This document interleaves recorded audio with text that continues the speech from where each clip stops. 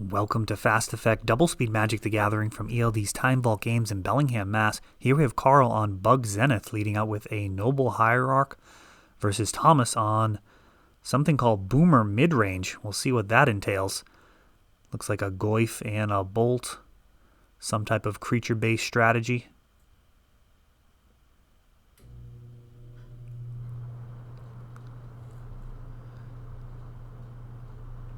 Verdant Catacombs. Sacrificing it for a swamp or forest, or maybe both. And indeed, he does grab a Bayou. See if he has Fatal Push, Thoughtseize, Bird's Paradise, all sorts of different one-drops that might be the case. And it is a Thoughtseize, showing a hand with 3 lands, 2 wastelands, a Brazen Borrower, and a Ice Fang Coatl. Probably see the Ice Fang taken here, as he does have a Lightning Bolt for the Brazen Borrower if Carl does decide to go aggro. I know he's actually going to grab the the Brazen Borrower. Surprising. Ice Fang going to kind of grind out the game a little more. It's going to eventually have Death Touch and trade with that Goyf or the Lightning Bolt, and it'll draw a card to replace itself, so that's a surprising choice. We'll see how that plays out. Let me know what you would take. And then Euro, drawing a card, going to allow him to play one of those Wastelands, and just like that,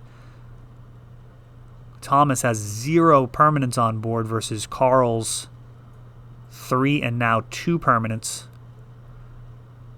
But he is moving closer to unearthing, or not unearth, escaping? I think he escapes. Ice Fang Coatl comes in, he gets Lightning Bolted, but he does his job in drawing a card and trading for a high value card in Lightning Bolt. 1 more land, and Carl's going to be able to get Euro back on board. Wasteland takes out a Wasteland.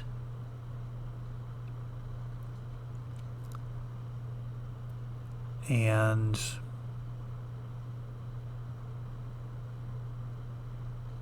must have fetched after that. Otherwise, a Wasteland would have been fired off in between. Things moving pretty quick here on Fast Effect.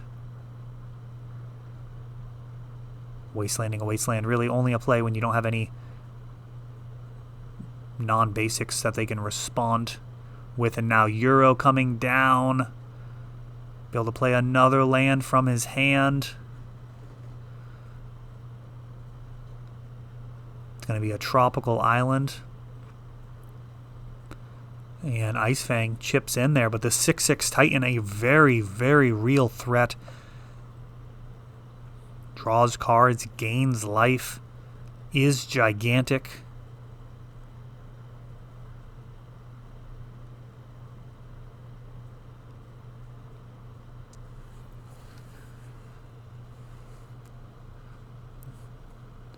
Looks like a Goyf is going to be smaller than Euro. Thomas may have plans of bolting post-combat damage. A Courser of Krufix allows a land to be played off the top. A Leovold is going to jump to hand now that this Euro attacks. And it looks like it is desperation mode, getting 2 for 1. And it's going to be bolting Euro. But, I mean, he can just come right back as soon as Carl gets some more cards in the graveyard.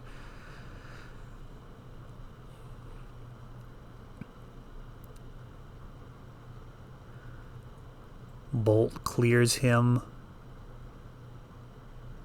And oh no, Scavenging Ooze. I'm actually surprised. I would have expected Leovold there. Leovold would have represented a similar clock. And honestly, if Thomas is going to dirtle around with Life from the Loam, you're totally fine with that. You've got a couple of turn clock. Inquisition sees Abrupt Decay, Brainstorm, and Leovold. And that's the old scoop in response to seeing their hand. All of those were very bad for Thomas. Leovold, obviously, a threat that prevents him from digging his way back into the game. Abrupt Decay is going to take out most of his potential onboard ways of stabilizing against that. I mean, if he did get down, say, a Tarmogoyf, you've got your 2/4 Courser of Krufix, and eventually Scavenging Ooze will trump Goyf, but let's say that they were more vanilla in their variety. It all just gets answered with the Abrupt Decay. You can't just throw a wall out in front of that beatdown with an uncounterable piece of spot removal sitting in their hand. So that's a pretty terrible spot. Thomas opting to move to game number 2, hoping for a game 3, and hoping there'll be enough time thanks to scooping. Definitely something that I try and talk about every once in a while. I don't really hear other people talking about it very much, especially now that Magic Online has kind of diverged from standard paper Magic. You got Arena, you have Magic Online, and now paper Magic, and they're all very different in their own ways. And paper Magic, we share a clock. There's a 50-minute round, and you have to be very aware of your opponent's use of that time. I'm not a big fan of trying to manipulate the clock as a player. I think that's it's a very low-value strategy that doesn't work against better players, and I think kind of does a disservice to yourself if you're picking up percentage points based off of, for example, slow playing, and doing it in a way where it's not totally cheating. You're just kind of playing slower than you need to. You're going to set yourself up for some very confrontational, difficult situations. For example, if I am out there playing for prizes, which is not often the case anymore. I'm mostly just playing here at my shop and keeping things pretty casual. But if I were, for example, on a trip to Europe, for one of the large tournaments in Vintage that they used to play, that I would go to, and potentially be coming home with a Beta Lotus or something. Actually the last time I won a Beta Lotus at a tournament like that, I did need to push some people to play faster, and that's going to be difficult. And all of a sudden the tables are turned, where now you're dealing with the emotion of that conflict. And I'm not going to lie, it generally goes badly for the other person. When somebody's slow playing and they think that they're being smart about it, and they think they're going to end up with a draw at worst, and then you start pushing them to play at an appropriate speed, it's just really tough to do when you're doing something wrong. You're getting called on it, and it's a difficult thing emotionally to contend with when you've got this, probable stranger calling you out on bad behavior, and you really don't have a defense. Like, you were actually slow playing. You know it. Maybe you can't actually prove it. But it's still not a hill you want to die on. And you're gonna be losing percentage points when that was your crux that got you through different situations. It's one of those things where you want to have a game that functions best versus the best players, and similarly to when I see people, definitely a different flavor, but a similar concept, when people's sideboards are really overly geared in one direction or another, just because of local metagaming. It's like when you go to a big tournament, like, you're just not going to understand the matchups because your sideboard has changed, and it's a key part of all of your post-board games. Thomas on Boomer Midrange, casting Inquisition, seeing a few different options here. Goyf, Gilded Goose, and I believe a Crucible on a stick there, the Ramunap Excavator. And not the easiest decision. Now, he's going to grab Goyf. This could be a pretty solid curve here. Gilded Goose into the 3-drop and then start recurring that fetch land could provide quite a lot of value. Even just with those 2 cards in hand, Carl could start making a bunch of food tokens and making land drops every turn. on top of getting in there for a couple points of damage. So representing a significant board presence, if not aggressive, certainly capable of producing a lot of resources. And Thoughtseize is going to grab that excavator, and that's a big, big swing. Now Carl's playing off the top with nothing but mana.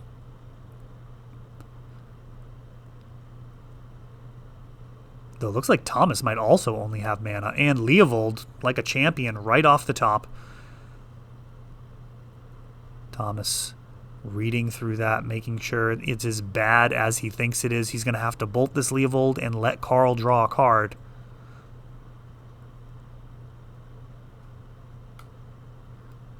We have a double fetch.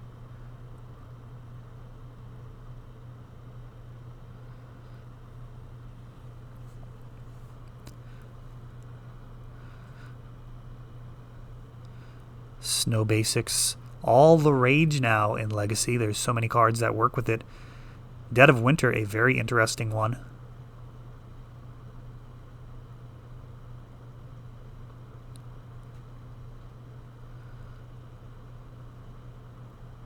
And Euro. Oh, not Euro.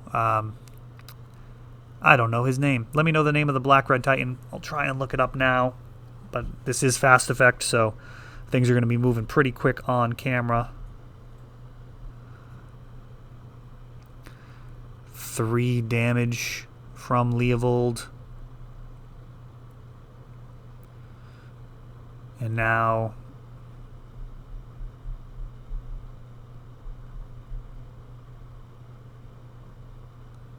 begins with a K. I'm sure there's some boomer jokes to be made there. In my inability to remember the name of this card, we've got Scavenging Ooze, fashionably late, unable to prevent the escape from the underworld.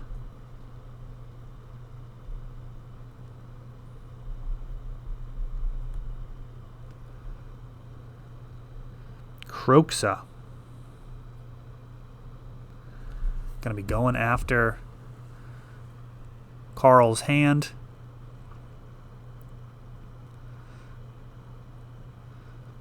And dealing some damage.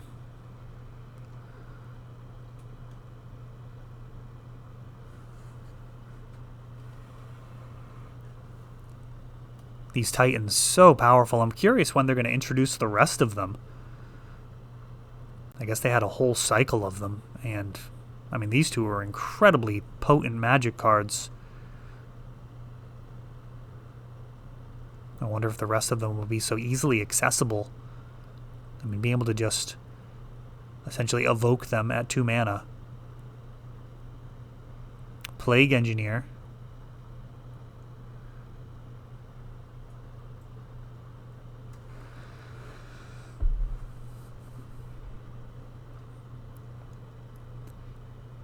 And now sending damage both from his triggered ability and just the 6 that he doles out on his own. There's an argument to be made swinging with both here.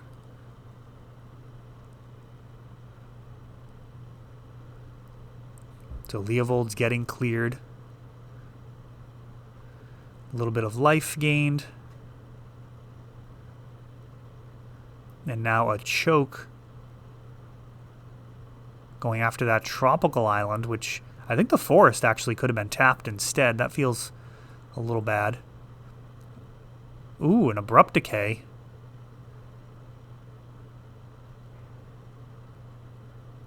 Gilded Goose can potentially start ramping up some potential life gain before Thomas can recur this Kroxa. Oh, we can just cast another one from hand. That's fine. And what was that? Was that an Abrupt Decay? That was an Abrupt Decay. So Carl drawing all sorts of spot removal. And he comes back. So 3 damage on his first ETB. He actually has enough, it appears, to escape and do the final 3 damage. Now that Carl has no cards in hand. And now, going into game 3, will we have Boomer Midrange making it into the deck names of the top 8 for this list, for this tournament? Started posting results to MTG top 8 for the last couple of events. We are in the middle of a shelter in place, is what they are calling it. For those watching from the future, assuming the internet is still a thing, it's end of March 2020. You can probably tell from the decks. And the coronavirus has us all staying at home. I've been able to come into the shop. It is not open. We are doing a little bit of contactless pickup. You can buy stuff at ELD's timeballgames.com and just pick up curbside.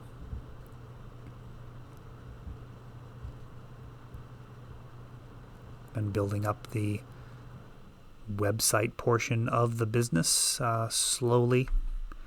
It is no replacement for the tournament action, which is the bread and butter of Time Vault. That's really what we do, or pretty much entirely a tournament center. This is a major setback for us, but so many other people are in a similar boat. We've got double Mox Diamond into Thoughtseize. Goif's getting grabbed. Icefang Coatl allowed to remain. And Life from the Loam going to look pretty attractive if Thomas draws one. He's got Lightning Bolt and... oh, he already has it. Perfect. So recouping that card advantage right away. I actually think he's down a card. He could have used that fetch land instead and discarded the swamp, and he would have gotten even more value out of that, if I'm seeing that correctly. Oko making some food, getting ready to make an army of elks. Oko, just a tremendous top deck there. Thomas has the discard.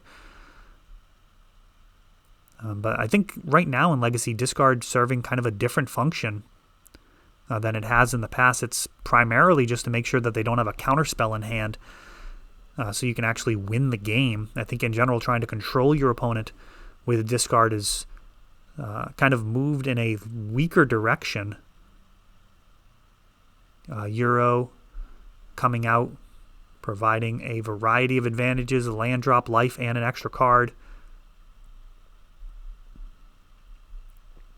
And that elk turning sideways. Yeah, there's just a lot of top decks that are potentially just going to be able to win the game. Something like Euro, or as we're seeing here,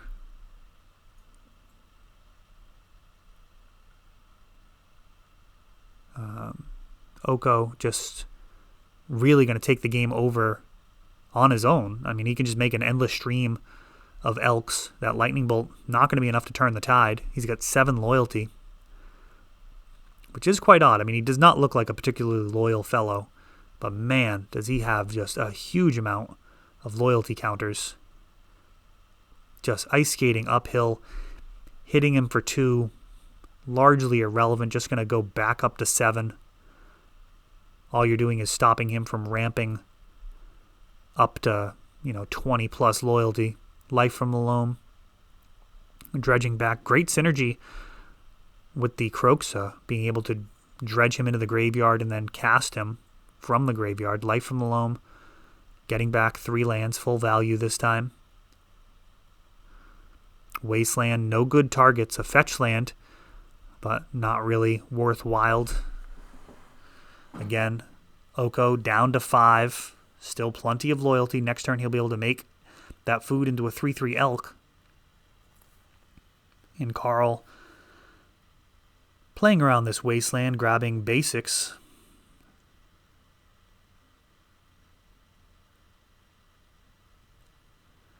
Icefang flashing in. And he has all sorts of death touch. We got 4 non-basics, or 4 snow-covered basics, and now Euro comes in.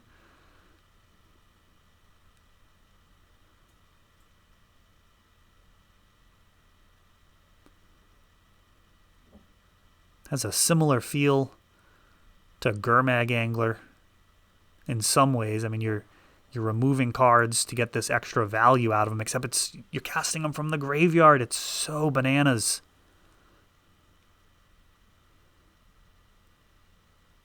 It would probably be like a standard playable card if you had to do that just to get them out of your hand. At 4 mana.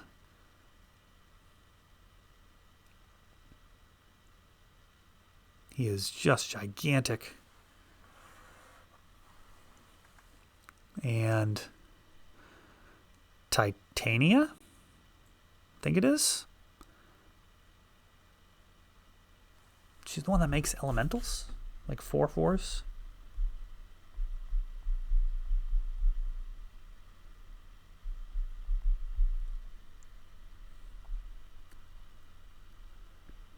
Oh, makes 5/3s. Whenever a land you control is put into a graveyard, create a 5/3. So able to return a wasteland. This wasteland could target itself and make a 5/3, trade with this elk. Instead, Oko takes out the Titania. Did not actually make a 5/3 prior to Oko.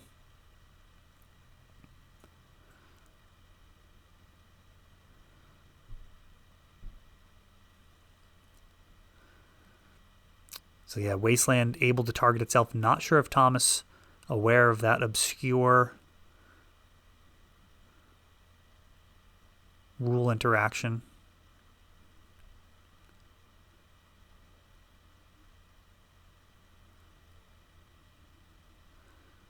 You announce targets, then make payments. Leyline of the Void cast here, but the damage is done. Euro has already escaped and is running wild here. Oko now removing the Death Touch from this Plague Engineer, giving him another point of power and toughness, but of no real consequence given that Euro is going to gain 3 life a turn, and this is just looking like an absolute disaster for Boomer Midrange. Green Sun Zenith for 2. And will this be a nail in the coffin? Tarmogoyf.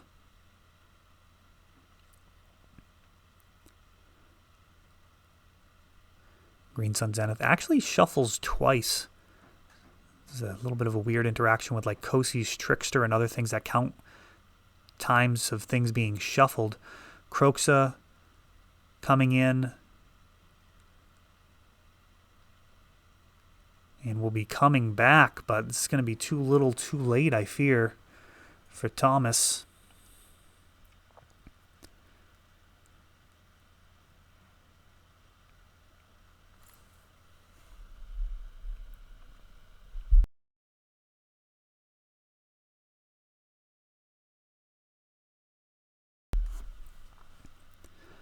This Kroxa can trade with Euro and then potentially come back and stand in the way, but I mean Oko's just gonna elk it first. Oh, or just blue blast it. That's a pretty big tempo shift. This is a really gross situation with Oko. Getting close to lethal. Very difficult to keep blockers on the battlefield in front of Oko. Just either he makes your giant creatures 3/3s, or it turns something like an Ice Fan Coatl into a 3/3. If you do have small creatures in the way, they just get trumped. And yeah, Kroxa coming in, and he is not going to matter. We got a Fatal, or an Inquisition, and that is going to do it. So Bug Zenith grinding out Boomer Midrange. That is all for this one, but don't worry, there is a lot more. You can check out our older videos, and we're always putting out new videos from ELD's Time Vault games in Bellingham, Massachusetts. If you want to help the channel, of course, you can like, subscribe, share, tap that notification bell so you can know the next time our new videos come out. Thanks for watching.